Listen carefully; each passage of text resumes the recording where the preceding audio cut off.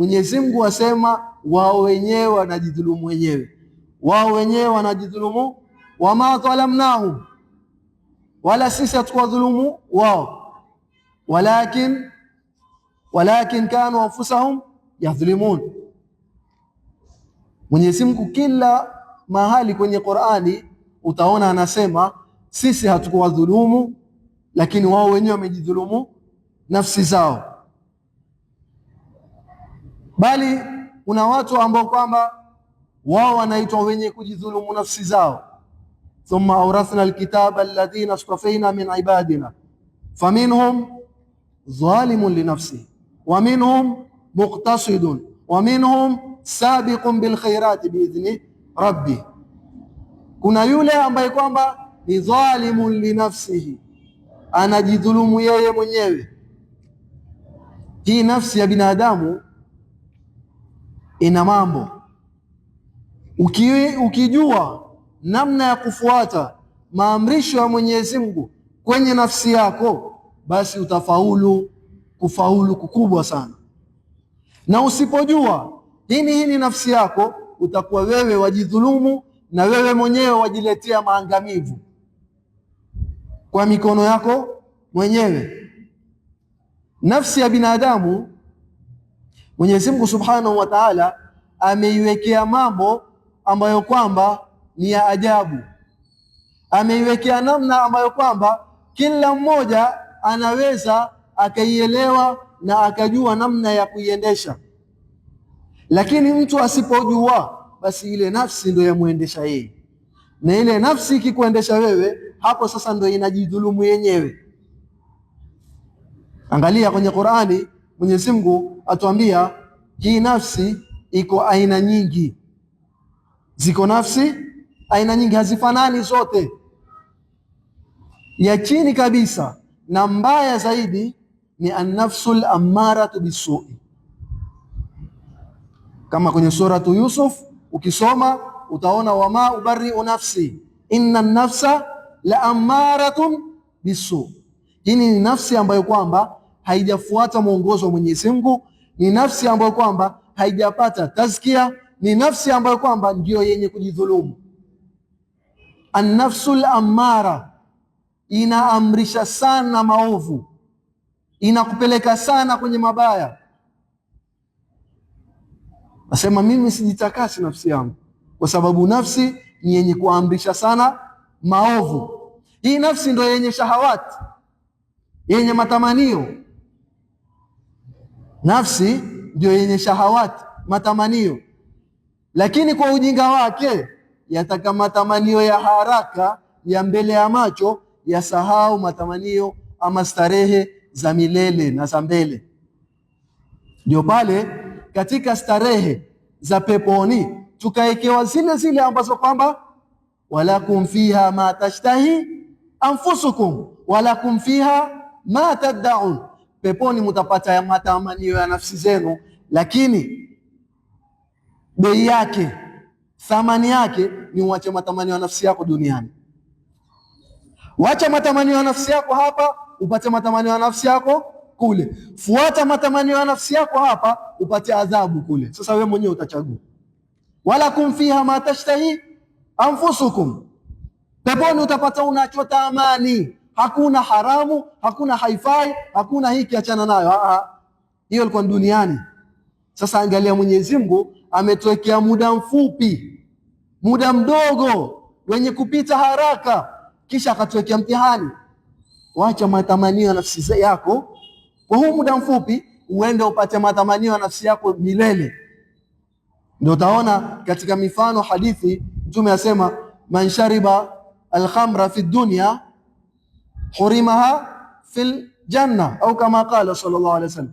Yule ambaye kwamba atakunywa pombe, yule ambaye kwamba atalewa, atakunywa pombe duniani, basi ataharamishiwa na atakatazwa ya wapi? Ya peponi.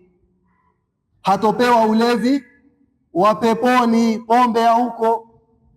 Waona matamanio kwa matamanio. Wacha hapa ustarehe huko, fuata hapa uhangaike huko mbele. Tofauti nini? Hapa ni muda mfupi, kule ni milele. kule, wa inna yawman inda rabbika ka alfi sana, siku moja ni kama miaka 1000. Hapa miaka 60 kama siku moja. Nabii Nuh alipoulizwa, wewe miaka 950 na ziada umeishi, dunia umeiona vipi? Nasema nimeona kama nyumba, nimeingia mlango huu nikatoka mlango na unaofuata, nimeingia kwa mlango wa mbele nikatoka kwa mlango wa nyuma, ndio dunia ilivyo hiyo. Sasa umri mfupi, lakini kataza nafsi yako.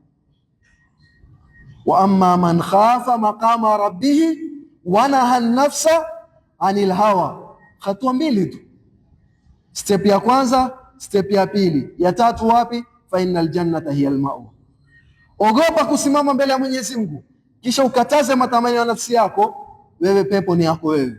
Fa innal jannata hiya almawa. Kino amma man tagha wa athara alhayata ad-dunya fa innal jahima hiya almawa. Njia ni mbili tu, hakuna nyingine. Fariqun fil jannati wa fariqun fis sa'ir. Kuna kikundi cha peponi na kikundi cha motoni. La yastawi ashabun nari wa ashabul janna, ashabul jannati humul faizun. Matendo yako wewe, umechagua njia gani? Umechagua kikundi gani? Ukifuata matamanio ya nafsi yako, umechagua njia ya kukosa pepo ya Mola wako. Ukichagua njia ya kukataza matamanio ya nafsi yako, basi umechagua njia ya kumridhisha Mola wako. An-nafsul ammara, hii ni mtu ambaye kwamba chochote anachokitamani yeye anakifanya. Haangalii Mungu amekataza ama ameamrisha, haangalii madhara yake dunia yake wala akhera yake, haangalii hili jambo ni la sawa ama si la sawa. Mimi napenda tu, mimi natamani, mimi nimejisikia, hisia zangu, matamanio yangu. Yeye yuko nyuma ya shahawati. Hii ni an-nafsul ammara, mbaya sana, yampeleka mtu katika maangamivu, katika aibu, katika madhambi, katika moto wa Mwenyezi Mungu. Na nafsi matawalla yusmi au yasimi, nafsi ikitawala, ukiitawalisha nafsi yako ni mawili, itakutia doa na itakuangamiza, itakuazirisha na itakuangamiza. An-nafsul ammara, ukifanya bidii ukakataza matamanio yake, ukawa wewe wafuata maamrisho ya Mwenyezi Mungu, unachotamani, unachopendelea, unachojihisi, wakipima na mizani ya sheria. Je, Mungu yuko radhi na mimi? Je, Mungu atanikubalia? Ukawa uko kwenye vita, wajua si mchezo, ukasikia nafsi kitamani kataze, basi ni kitu kidogo. La, walladhina jahadu fina lanahdiyannahum subulana, wale wanaokuwa na mujahada, ni jihadi. Tena katika hadithi imekuja Mtume sallallahu alaihi wasallam walirudi katika vita, kama sijakosea, vya Tabuk, vita vya Tabuk. Akamwambia maswahaba, rajana min aljihad alasghar ila aljihad alakbar, sisi hii tuliorudi tumemaliza jihadi ndogo, sasa twaenda kwenye jihadi kubwa. Ya Rasulullah, watu waliokufa, panga ziloruka, majeraha yaliyopatikana, tabu, vita vilikuwa vikali kweli kweli, kisha tuambia hii ni jihadi ndogo, kuna jihadi kubwa mbele yetu. Wasema labda kuna vita vingine vikubwa zaidi. Ni gani ya Rasulullah? Ni ipi? Akaambia jihadul mar'i hawaha, ama hawa nafsihi, ni mtu kupigana na matamanio ya nafsi yake. Ni jihadi akbar, kubwa zaidi kushinda jihadi ya mapanga. Ulama katika kueleza asema, kwa sababu lau mtu sikupigana na nafsi yake, hata jihadi hatoenda. Hiyo jihadi ya mapanga, kama si nafsi yako kupigana nayo, huwezi kuenda. Utajisikiliza, nitaenda nitaumia bwana, nitaenda nitakufa, hutoenda. Lau upigane na nafsi yako, huendi kuswali. Lau upigane na nafsi yako, hufanyi maamrisho yote ya Mwenyezi Mungu na utafuata makatazo yote. Ndio ikawa hili ni jihadi kubwa zaidi kushinda ile, kwa sababu hili ndio chanzo cha kupatikana yale mengine.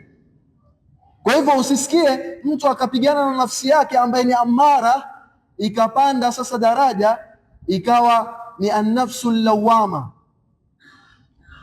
An-nafsu al-lawama, ukijaribu wewe ukakataza matamanio, nafsi yako itakuwa sasa sio kile ikikuamrisha wewe wafanya kisha basi.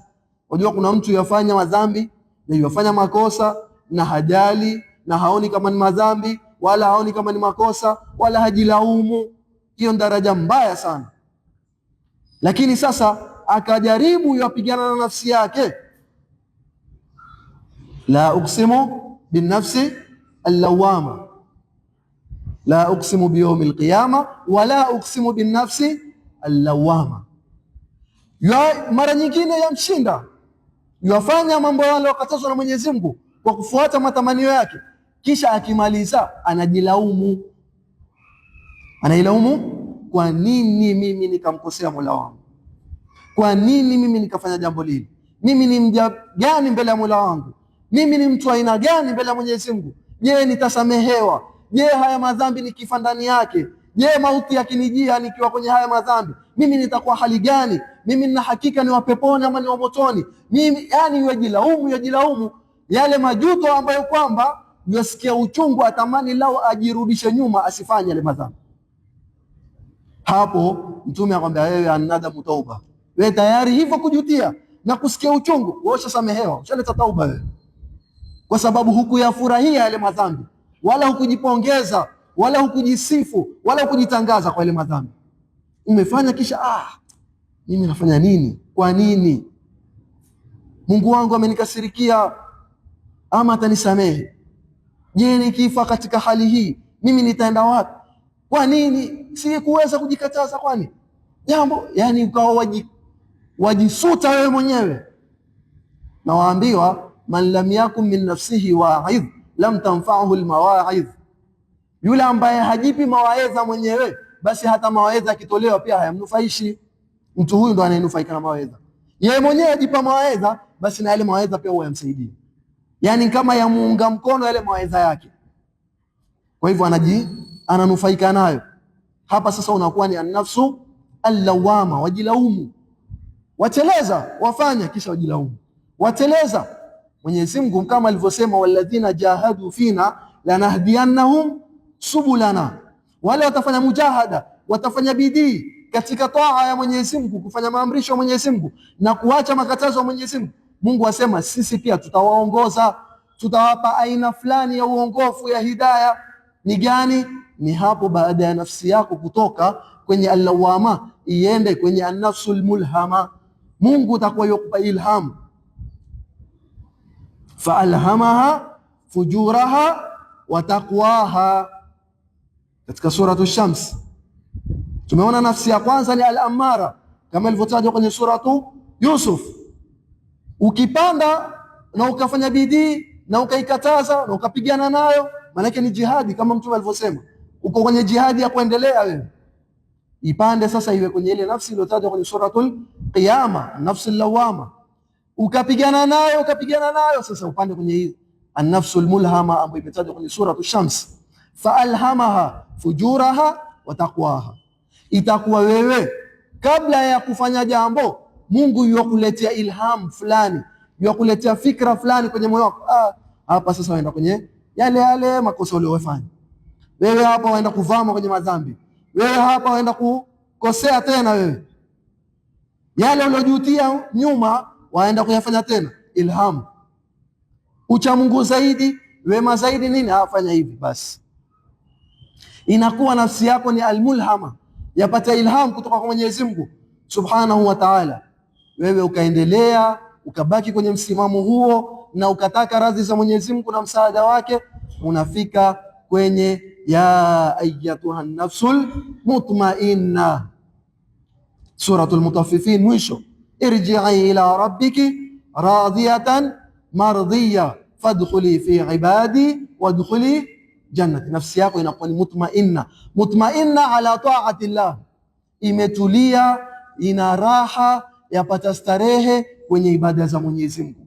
Yani ile nafsi yako itakuwa sasa usipofanya ibada wewe ndo wasikia kukereka, madhambi wayakirihika, waona kama yani amma alharamu falmamatu dunahu yahmil karimu irdahu wa dinahu walhillu la yahilla faastabinahu, kama alivyokuwa akisema katika baba yake Mtume sallallahu alaihi wasallam.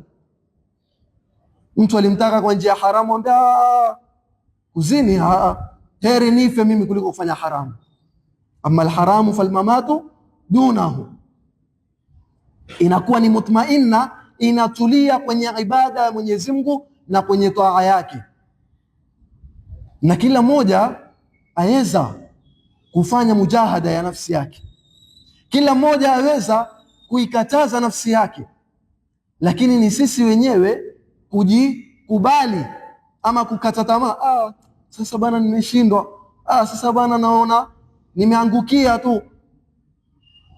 Ndio pale unarudi katika nini? Dhulmu nafsi, unajidhulumu mwenyewe nafsi yako. Angalia mfano dhulmu nafsi, wanasema ni ithar shahwatin ajila turithu shaqawatan daima, utangulize matamanio ya haraka uje upate uovu na kuteseka kwa daima. Kama vile tulivyosema, ufanye dhambi la muda mfupi upate adhabu ya muda mrefu. Mtu Mwenyezi Mungu Subhanahu wa Ta'ala tupe sote afya, akawa ala sabili mithal ana maradhi ya moyo, sukari, presha. Siku hizi kila mtu ni mgonjwa, kwa hivyo nikitaja mfano wa maradhi kila mmoja ataelewa. Wewe bana una sukari, daktari amesema usile vitu vya sukari. Kaenda wewe kwenye uwalishi, kikaa pale, na vitu vimepangiliwa mbele yako, matambi ya sukari, ma ice cream, ukasikia basi leo tu mara moja tu, kisha basi nitaacha. Acha nimetamani. Na binadamu ambiwa kitu ukikatazwa ndio cha kuvutia. Wewe ukiwa huna maradhi ya sukari, waweza ukakaa siku moja nzima, siku mbili, wala vitu vya chumvi tu hata ujielewe.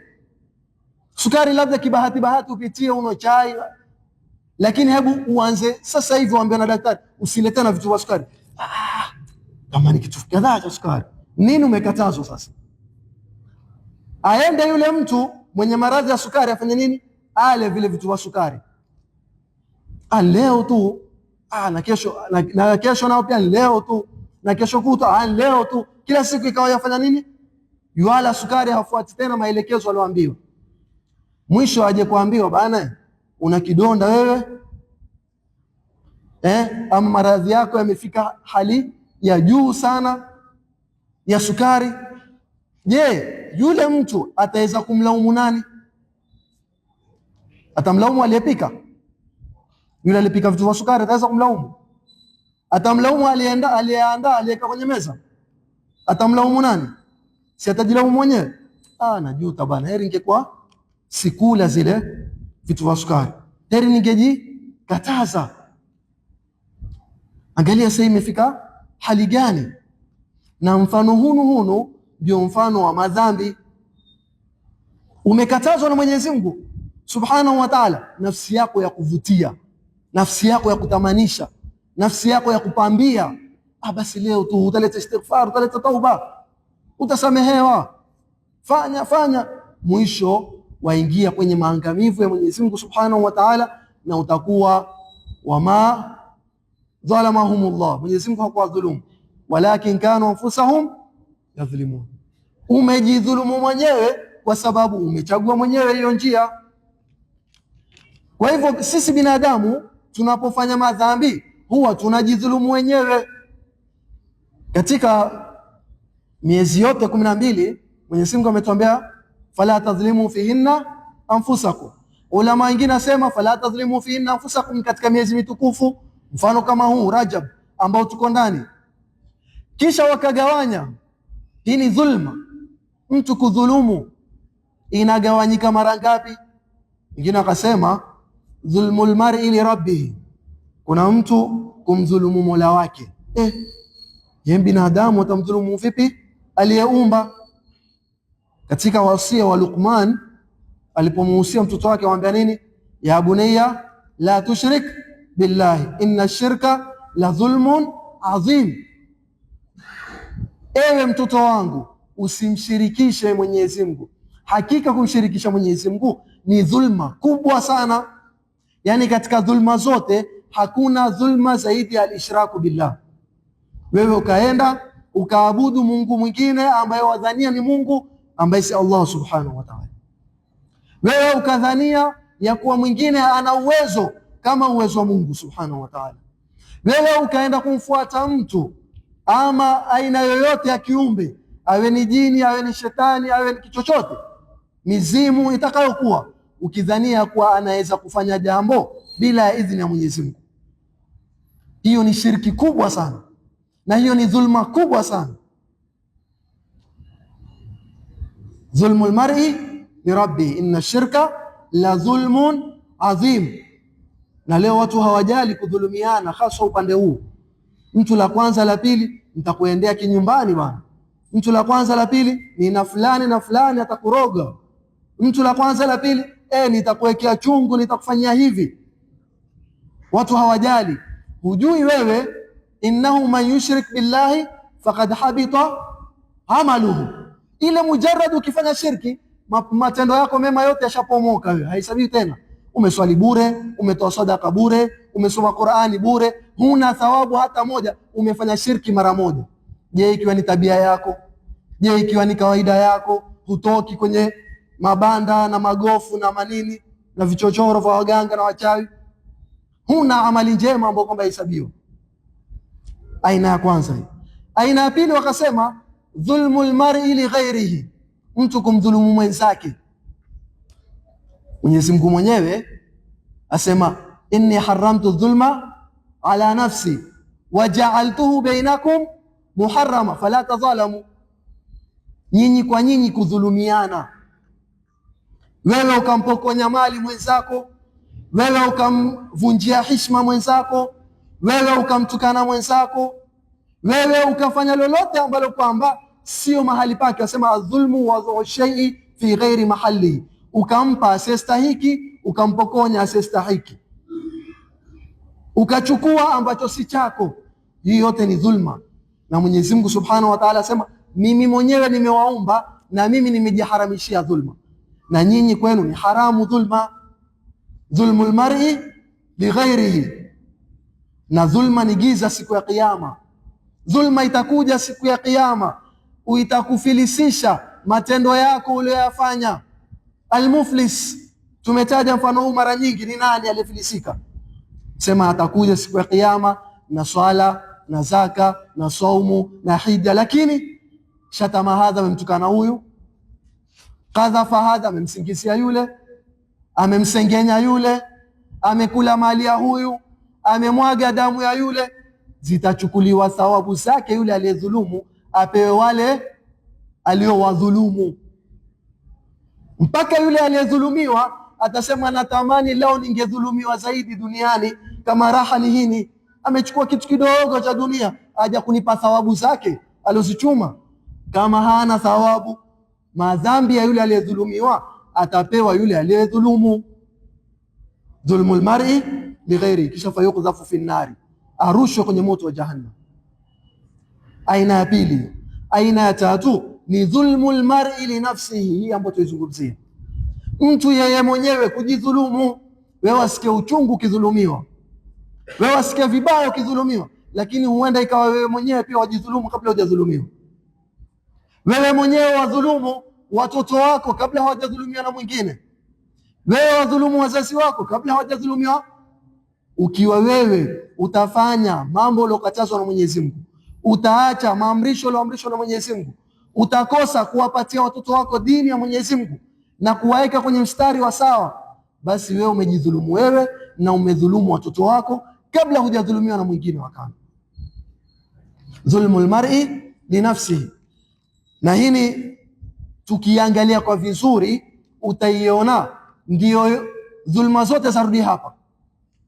Wewe ukifanya dhulma ambayo kwamba ni ya kumkosea Mwenyezi Mungu, ukifanya dhulma ambayo kwamba ni ya kukosea binadamu wenzako, zote zarudi wapi? Wewe mwenyewe wajidhulumu. Angalia Mwenyezi Mungu Subhanahu wa Ta'ala alipowaambia Banu Israili, innakum dhalamtum anfusakum biittikhadhikumul ijla, nyinyi mmejidhulumu nafsi zenu kwa kufanya nini? Kwa kuabudu kigombe, kuabudu ng'ombe, kumshirikisha Mwenyezi Mungu. Ni aina ya dhulma, tumesema dhulmul mar'i li rabbi, lakini Mungu asema uhakika yule anayemshirikisha Mwenyezi Mungu amefanya nini? Hajamdhulumu Mwenyezi Mungu. Dhalamtum anfusakum, amejidhulumu mwenyewe nafsi yake, kwa sababu nafsi yake yamtaka Mungu, nafsi yake yamhitajia Mungu, yeye yomkosesha kwa Mungu, yompeleka kwa vingine ambavyo kwamba si Mungu. Kwa hivyo utaona hata ile dhulmul mar'i li rabbi yarudi kwenye nini? Dhulmul mar'i li nafsi. Utaona wala tumsikuhunna diraran litatadu wa man yaf'al dhalika faqad dhalama nafsa. Mungu anatukataza msiwaeke wake zenu ikawa hamuna haja na wao, kuwatesa tu, hamuwasimamii, hamuwaangalii, hamuwapi haki yao, kuwaacha hamuwaachi, na kuwaoa pia hamuja waoa, lakini mmewafunga ili tu kufanya uadui. Waman yaf'al dhalika, anaifanya hivyo yeye mdhulumu mwingine, lakini Mungu asema uhakika faqad dhalama nafsa, wewe humdhulumu mwenzako. Unapomdhulumu mwenzako uhakika wajidhulumu mwenyewe. Kwa nini wajidhulumu mwenyewe? Kwa sababu wajipeleka kwenye maangamivu ya Mwenyezi Mungu. Unapomdhulumu mwenzako, Mungu ndo anatawala kumlipa yule. Sasa wewe umefanya nini? Umefanya jambo la kukupeleka kwenye kuangamizwa na Mwenyezi Mungu. Uhakika umemdhulumu yule ama umejidhulumu mwenyewe? Yaani umefanya jambo ambalo kwamba Mungu atakuadhibu nalo. Kwa hivyo umejipeleka kwenye adhabu, umejipeleka kwenye maangamivu. Sasa uhakika hujamdhulumu yule, umejidhulumu wewe mwenyewe, nafsi yako. Mfano mdogo, na kisa ni kirefu lakini nitakifupisha. Wale ashabul janna walotajwa kwenye suratul Qalam. Ashabul janna hawa ni watu ambao kwamba baba yao alineemeshwa, ikawa shamba lake latoa mazao vizuri sana, makulima yake anavuna vizuri sana. Alikuwa ana mtindo akivuna yeye wa kwanza ni mafukara na maskini, awasaidie, awalishe, kisha naye ajibakishie nyumbani kwake wale wao wenyewe. Baba yao alipofariki, walikaa wale watoto wakazungumza, sema mzee naye alikuwa mjinga. Mzee alikuwa mjinga. Kwa nini? Kitu yavuna kwa taabu, shamba ni lake mwenyewe, hakuna anayemsaidia, kisha hata akivuna au ana lazima kila kivuna asaidie, awapatie fulani na fulani na fulani.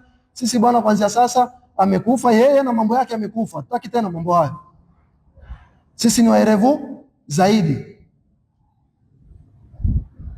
Ashabul jannati idha aqsamu la yusrimunha musbihin wala yastathnun fatafa alayha taifun min rabbika wa hum, walisema nini? Asubuhi sisi tutarauka mapema tuvune mavuno yetu, hata watu wakiamka wapate, wajua washazoea kupewa.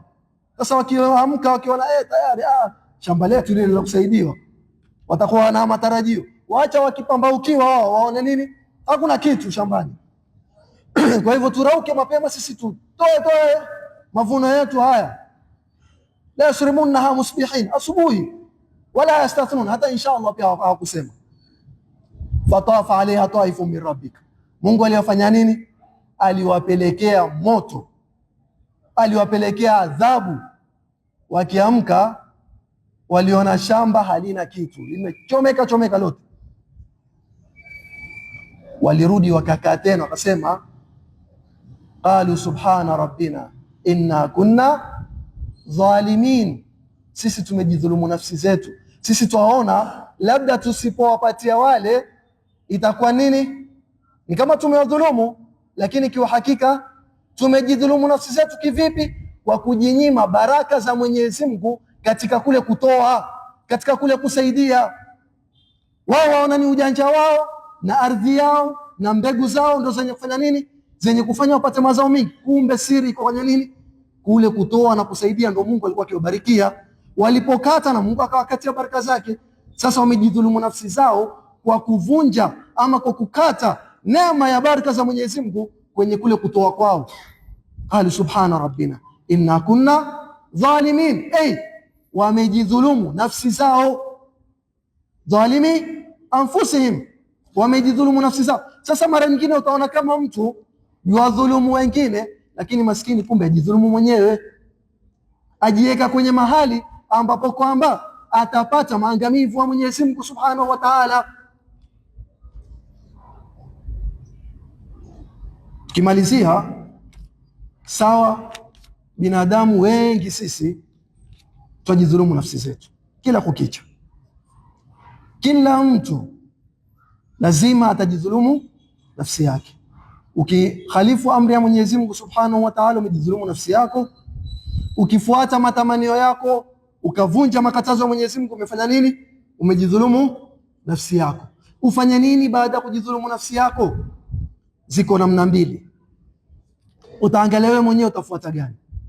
Mwanzo wa kuumbwa sisi ndo tulipewa hizi taswira mbili. Ya kwanza alifanya ni Ibilisi, alijidhulumu nafsi yake. Mungu akamwambia nini? Msujudie Adam. Asema mimi siwezi kumsujudia, sitaki. Mungu alivyomuuliza kwa nini haukumsujudia Adam, umekosea, angefanya nini? Angesema tu Rabbi, nimejidhulumu nafsi yangu, nisamehe, ingekwisha. Lakini asema nini? Ana khairu minhu, tamsujudia vipi na mimi ni bora kushinda yeye?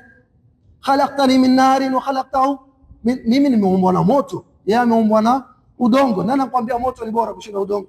Nani wewe umwambia nani hivyo? Kwanza Mungu aliyekuumba, tena umwambia umeniumba lakini sikusikizi amri yako. Kwa hivyo kuna njia ya kwanza ya kuwa ukifanya madhambi ujitafutie excuses mbalimbali, ujitafutie mubarirat, tabrirat, visingizio, vihalalisho. Unajua mtu kama hataki kukubali madhambi aliyomfanyia Mwenyezi Mungu, ana kila njia ya kujihalalishia. Mtu aweza kuua, sawa, na asikubali kama ni madhambi. Aseme nini? Kwani mimi ndo wa kwanza kuua, kwa hivyo ndo si dhambi kama wewe si wa kwanza. Mtu aweza kuzini na asikubali kama ni nini, ni madhambi. Kwani nini bana? Yani kila mmoja ana zile tabrirat. Mtu aweza kuiba mali na asikubali kama pia ni nini, ni mali yetu bana, ni mali ya serikali, yani wajua ile kujipumbaza na kujidanganya ya kuwa hili si dhambi. Huyo ni njia ama ni mfumo wa Ibilisi ya kuwa akifanya dhambi yeye halikubali kama ni dhambi, bali ajiona yuko sawa kwenye lile dhambi. Hakubali kama ni makosa, amemkosea Mwenyezi Mungu. Mimi sikumsujudia kwa sababu mimi ni bora, kwa hivyo kwa kuwa mimi ni bora sistahiki kumsujudia. Wewe Mungu amekuamrisha, usemi kwamba basi Mungu ameniamrisha sikufanya nisamehe. Sio hivyo. Mimi nilikuwa sistahiki kufuata hii amri. Hukuswali kwa sababu gani? Nitaswali vipi bana? Swala zenyewe sisi tufikiria tu ndani ya swala. Kwa hivyo wewe swala kwako si faradhi. Nitaswali vipi bana? Msikiti wenyewe ni hivi na vile. Kwa hivyo wewe kwako swala si faradhi. Yani visingizio. Ukawa utoe zaka, nitatoa vipi zaka? Mwenyewe maisha ni magumu. Mwenyewe serikali wamenichukulia mali kadha. Yani mubarirat. Usiwe ni mtu mwenye kujidanganya.